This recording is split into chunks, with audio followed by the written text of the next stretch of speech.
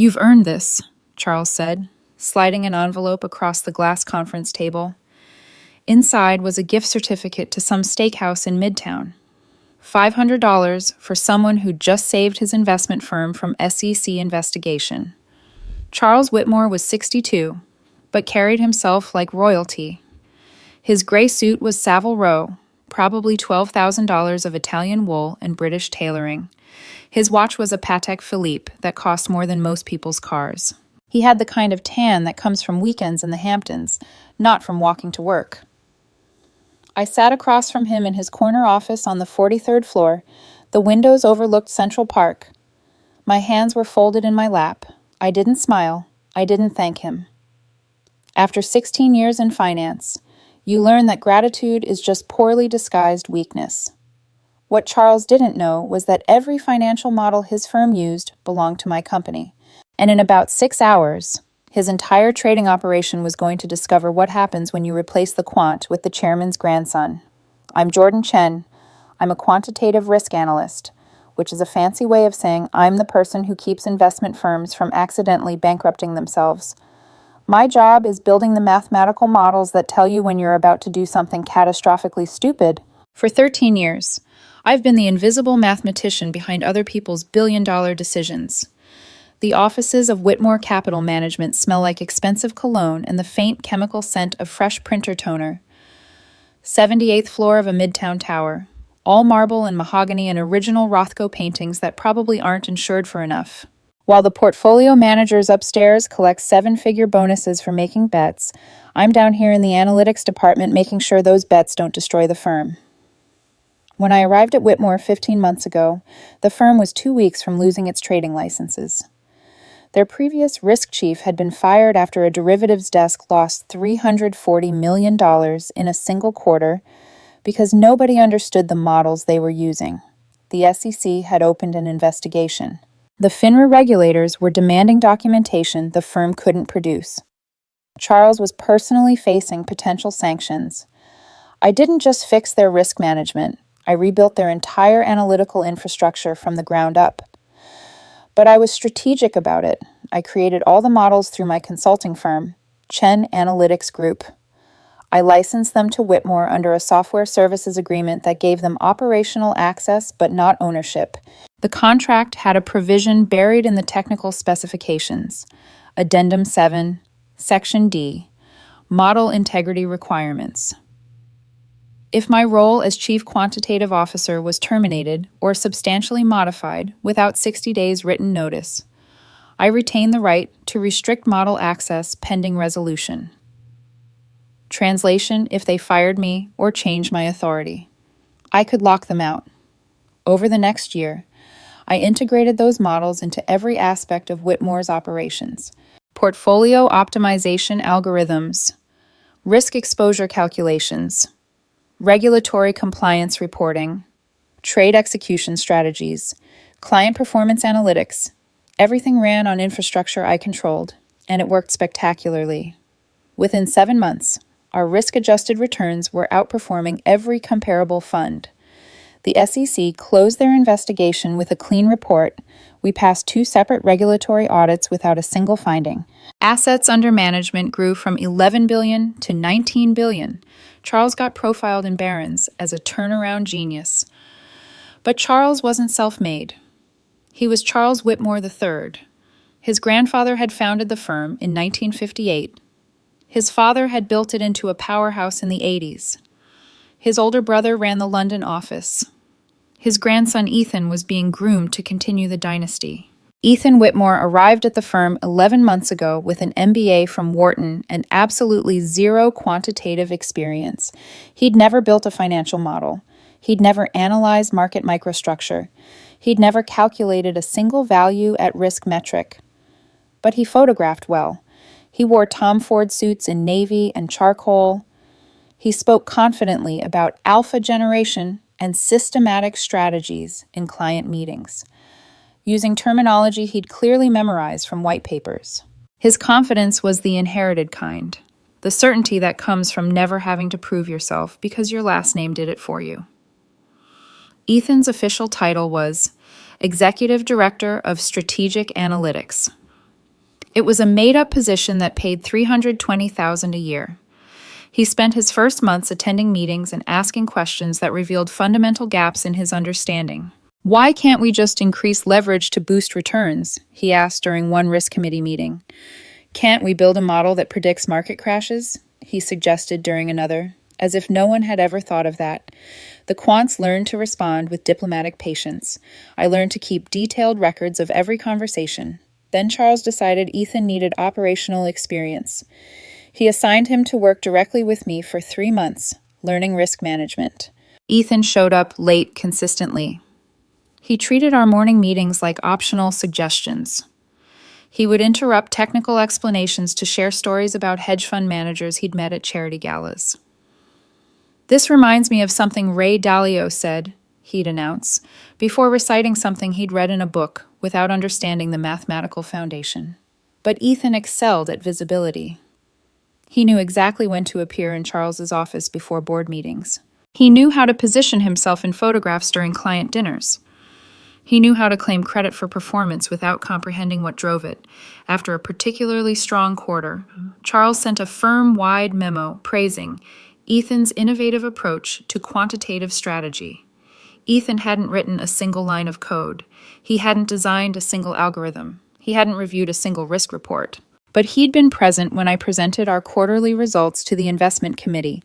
The announcement came at the annual partners' dinner, the Plaza Hotel, Grand Ballroom, 300 people, including every major client and all the senior partners. Charles stood at a podium beneath screens showing our fund performance. Sharp ratio up from 0.85 to 2.3. Maximum drawdown reduced from 17% to 4%. 0 regulatory violations in 12 consecutive months. Client satisfaction at 98%. "I want to acknowledge Jordan Chen for exceptional work this year," Charles said, his voice carrying that practiced warmth he used on CNBC. "Her analytical rigor brought stability during a challenging period." The applause was polite, measured. The sound of people waiting for the real announcement. "But as we expand into new asset classes," Charles continued, "we need leadership that understands not just the mathematics, but the client relationships and strategic vision." I was standing near the bar with the quantitative team, the people who actually built the models, the analysts who ran Monte Carlo simulations until 3 a.m., the programmers who'd spent months implementing my designs while the portfolio managers took credit. They knew what was coming. Which is why I'm pleased to announce that Ethan Whitmore will assume the role of Chief Quantitative Officer effective Monday. The applause swelled, more enthusiastic this time. Ethan walked to the podium in his perfect suit. He shook Charles's hand with precisely calculated humility. His expression conveyed determination and readiness. Exactly as coached. Behind them, the screens displayed my algorithms. Every metric was my work. Every improvement was my innovation. My name appeared nowhere. I set my drink down and walked out, through the ballroom, past the marble columns, past the partners congratulating each other. Nobody stopped me. Nobody asked where I was going. I went straight to Charles's private office at the firm. I had the access code. The door was locked, but I let myself in. Charles was already there, having left the party early. His jacket was draped over a chair. He was pouring himself a very expensive scotch. "Jordan," he said, noticing me in the doorway. His tone was friendly, casual. "Hell of a night. You should be celebrating. You built something remarkable." "You promised me the CQO role if I delivered results," I said. "And you have been," Charles replied smoothly. He gestured to a side table where an envelope sat, the steakhouse gift certificate. "You'll continue to be essential to our operations." "Essential, but not chief," I said. "Ethan brings different strengths," Charles explained. "The clients respond to him. The board sees leadership potential. You're brilliant with numbers, Jordan. But he understands the relationship side, the networking, the business development. He doesn't understand the first derivative of a pricing function," I said flatly. "He'll learn. He has good instincts." "Good instincts don't calculate tail risk," Charles sighed like I was being unreasonable. This isn't about your capabilities. It's about positioning the firm for the next generation. Ethan is family. That matters in this business. So I'm expendable, I said. You're valued.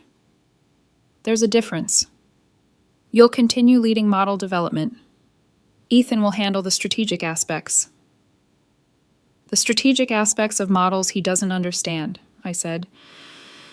You'll support his transition, Charles said firmly. That's how this works. He's the future of this firm. I nodded once. I didn't argue. I didn't raise my voice. Understood, I said quietly. Charles looked relieved. Good. Take the weekend. Enjoy that dinner. We'll meet Monday to discuss the transition plan. Sure, I said. I left his office. I took a cab back to my apartment in Brooklyn. I poured myself wine and opened my laptop. Now, before I continue, let me just say this. If you're enjoying watching privileged incompetence meet mathematical consequences, you should hit that subscribe button. Because what happens next is a masterclass in quantitative revenge. Back to Charles. That night, I reviewed the licensing agreement between Chen Analytics Group and Whitmore Capital Management. I read Addendum 7, Section D 4 times. Then I drafted an email to Whitmore's general counsel. The email was professional and brief. It informed them that effective Monday at market open, per the terms of our licensing agreement, I would be implementing access restrictions on Chen Analytics models pending contract renegotiation. No threats, no demands, just contractual notification. I sent it at 11 p.m. on Friday night. Then I logged into the Chen Analytics administrative portal. The infrastructure I'd built wasn't just software. It was the entire quantitative backbone of Whitmore's investment operation. Portfolio optimization ran on my algorithms. Risk calculations used my models. Regulatory reporting compiled data through my systems. Trade execution strategies relied on my pricing engines. I designed it as an integrated ecosystem deliberately, not for leverage, originally, but because proper quantitative risk management requires consistency across every calculation. Now that design served a different purpose. At 8:30 a.m. Monday morning, I changed the system status from full production access to read-only assessment mode. In read-only mode, users could view historical data but couldn't run new calculations. They couldn't generate new trades. They couldn't update risk reports. They couldn't produce compliance documentation. They could see yesterday's numbers, but couldn't calculate today's positions. At 9:30 a.m., markets opened.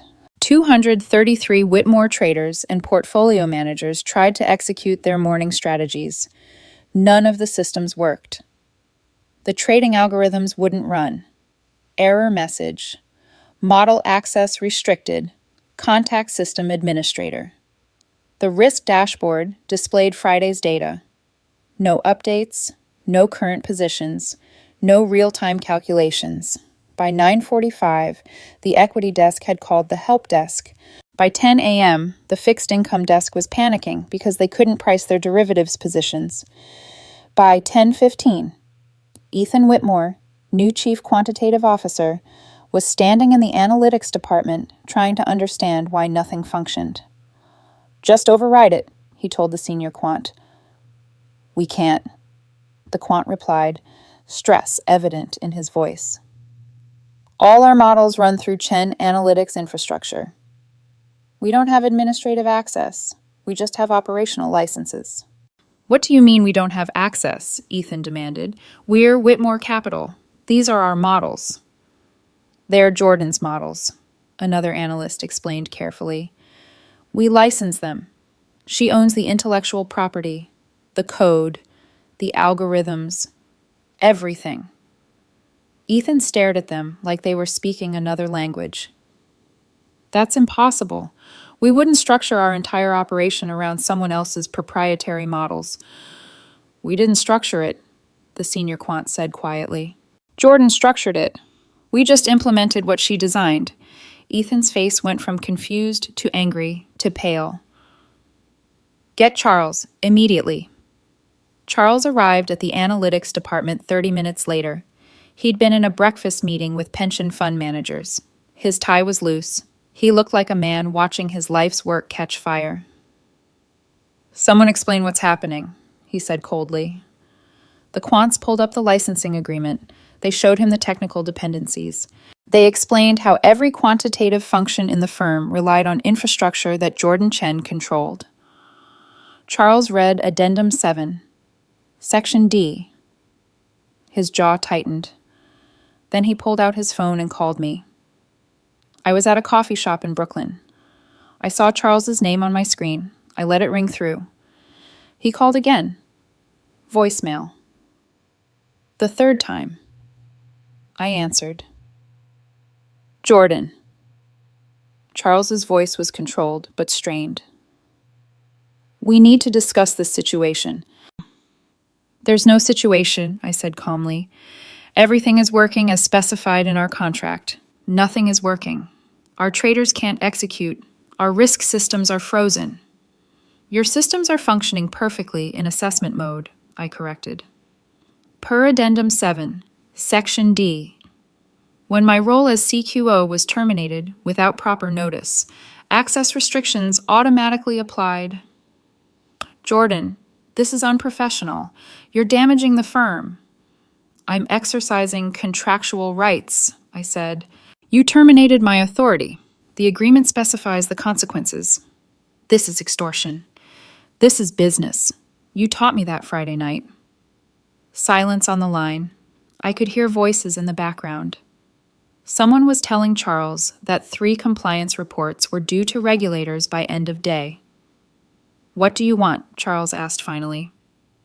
"I want a new agreement," I said. 7-year term, complete authority over all quantitative operations. My CQO title restored with board approval required for any changes, and the licensing fee for Chen Analytics increases to $1.4 million annually. The previous fee had been $375,000. I'd nearly quadrupled it. "That's outrageous," Charles said. "That's the cost of your entire quantitative infrastructure being non-functional," I replied. "You have $19 billion in assets under management. You can't calculate current positions. You can't execute trades. You can't file required regulatory reports. How much do you lose per hour that continues? Jordan, be reasonable." "I am being reasonable. I'm offering you a solution. You can accept my terms, or you can spend the next year rebuilding quantitative models from scratch while your clients move their assets to firms that can actually manage them. Your choice." Charles was silent. I could hear him breathing, thinking, calculating. "I need to consult with the board," he said finally. "You have until market close," I said. "After that, my fee increases to $1.8 million annually." I ended the call. I ordered another coffee. I checked my email. Ethan had sent me 9 messages, each one more desperate. "Please respond. We need you. This is affecting critical operations. Jordan, please." I didn't reply. At 3:45 p.m., 15 minutes before market close, Charles called back. "We agree to your terms," he said. His voice was flat, empty. "I'll need it in writing," I said.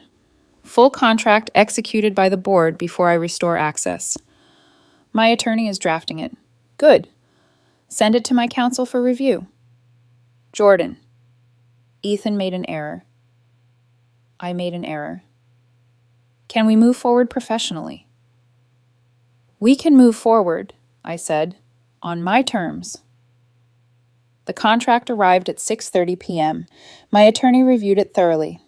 7-year term with automatic renewal. $1.4 million annual licensing fee with inflation adjustments. Complete operational authority over quantitative systems. CQO title with specific provision that removal required. Board supermajority vote. I signed it at 7:15 p.m. I restored full access at 7:20 p.m. Whitmore's systems came back online. Traders could suddenly execute again. Risk calculations updated. Compliance reports generated. It was instantaneous. Ethan Whitmore retained his title of Chief Quantitative Officer for exactly 2 weeks. Then he was quietly moved to a new position called Senior Advisor, Strategic Relationships. In practice, he became a fundraiser, someone who attended charity events and golf tournaments with potential clients. Charles never apologized directly. He sent one email acknowledging the revised operational structure and thanking me for ensuring continuity. 4 months later, Ethan left Whitmore to join his family's foundation. His LinkedIn profile listed his time as CQO as leading quantitative transformation. I didn't correct it. The numbers spoke for themselves. The quantitative team knew the truth. The traders knew who actually built the models they depended on. The regulators knew whose name was on every compliance filing. Charles knew. He just never mentioned it again. 18 months later, Whitmore Capital was acquired by a larger asset management firm for $6.2 billion. The acquiring firm specifically cited robust quantitative infrastructure and proven risk management as key acquisition drivers. Charles personally received $870 million from the sale. I received my licensing fees plus a retention package that the acquiring firm insisted on. They wanted to ensure I stayed. I signed a new contract with the acquiring firm. Similar terms, higher fees, longer duration. They understood what Charles learned the hard way. Some people are replaceable.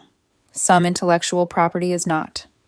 And the person who builds the mathematical foundation your entire operation depends on is never just a consultant. I'm still with the firm, still building models, still managing risk. But now when executives talk about leadership transitions and family succession, they do it carefully. They remember what happens when you replace the quant with someone who can't calculate variance. The last time I saw Charles was at the acquisition closing. He shook my hand and thanked me for agreeing to stay on. "You always were brilliant with numbers," he said. "Numbers don't lie," I replied. "Unlike people." He didn't respond to that. I walked out of that conference room with a contract that made me effectively untouchable for 7 years. My models weren't just calculating risk anymore. They were protecting my position. That's the thing about quantitative systems. If you design them correctly, they become mathematically inseparable from their creator. And if someone tries to remove you, the entire calculation and framework collapses. Charles learned that lesson at 9:30 a.m. on a Monday morning when his trading floor went dark. Ethan learned it when he discovered his impressive title came with zero computational authority. I didn't need to destroy anything. I just needed to restrict access. Sometimes revenge isn't emotional. Sometimes it's just activating a contractual clause that was always there. And sometimes the best model isn't the one that predicts market crashes. It's the one that makes sure nobody can operate without you. Thanks for listening. Hit subscribe unless you want to learn the expensive way what happens when you replace the person who controls your mathematical infrastructure. Your future self will thank you.